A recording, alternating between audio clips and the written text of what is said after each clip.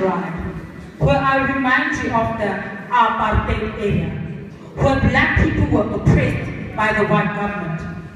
Even the education system back in the days was just a bunch of gibberish, if I may say. They were compelled to study in a language they did not understand. They were taught mathematics and Afrikaans, history and Afrikaans, accounting and Afrikaans. Let's not forget the English idiom that states, let bygones be bygones. But in 1994, 27 April, black people voted for the first time, and South Africa changed to be a better country or a worse one. Adjudicators, fellow opponents, and the House of God, with great gratitude, I'd like to greet you all. I am Nomfundo manana, and I'm very jubilant to be given this opportunity to present my speech under the topic that states, I remember those days when I was black. Many are wondering right now, what has changed? Is she white now? I'm not white, I'm still black. But in the olden days, I'm living like a white person. I can go to any school that I want to. English medium school, Afrikaans medium school. I am called the born free. I'm celebrating my freedom charter. There's nothing stopping me from becoming an A student. Because the generation I come from, there's no race that is seen superior than other. Moving along. I come from a generation that is ignorant, if I must say, has turned a blind eye, does not no longer know the history of South Africa. But I still remember those days when I was black because of my history, where we used to find signs written, blacks only, whites only, as if black people contain some sort of disease or somehow. Yes, those were hard times indeed for South Africans. But then, I come from a different country. I'm celebrating my human rights, some say. I come from a generation where we find girls wearing skirts so short that it leaves nothing to their brains. I come from a generation where girls are showing their cleavage as if the whole world revolves around them.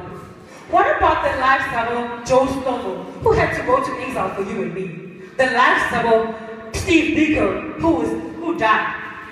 Chris Hani, who was killed in the most traumatic way. The 27 years that Mandela spent in Robben Island. Was it for me to fall pregnant at the age of 16 or 15? Or me to commit murder?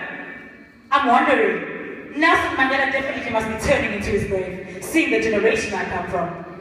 Yes, again, this generation, you find girls going to varsity just for the drugs, the alcohol, and the party. You find people dating, you find girls dating men as old as their father, and they think it's in trade. They call them sugar daddies, sugar mamas. Sugar daddies are older men dating younger girls. Sugar mamas are older women dating younger girls. They come to us young people and tell us that they love us, promising us heaven and earth, taking advantage of our development rates, and due to our immaturity, we believe them. Abortion takes place. We need young girls in South Africa who will join me as I pledge, raising up their right hand and stating that my kiss is definitely more than a party or a movie. This body of mine is a temple of God, definitely not a plaything. The way I speak and act may be a temptation to many brothers out there, but I will reserve my purity and affection for my husband and children who will be born in future. We need young brothers who will take a stand and say, whether you are a Nigerian, a Somalian, an American, you're still a brother, just a brother from another mother. We need people who will remember that vandalizing somebody's property just because you feel like they don't have the authority to be in this country is just insanity, or should I say stupidity. Yes, again, we South Africans, we speak of the concept Ubuntu, but when it comes to practicing it, we tend to be something else. We should remember the song that we should practice what we preach, because what we preach should be humanity. What we preach, we should stand with these people. Yes, again, I am Nomfundo manana. I'm taking a stand against xenophobia. And remember this concept that states, Motuke Motukabatu. Thank you.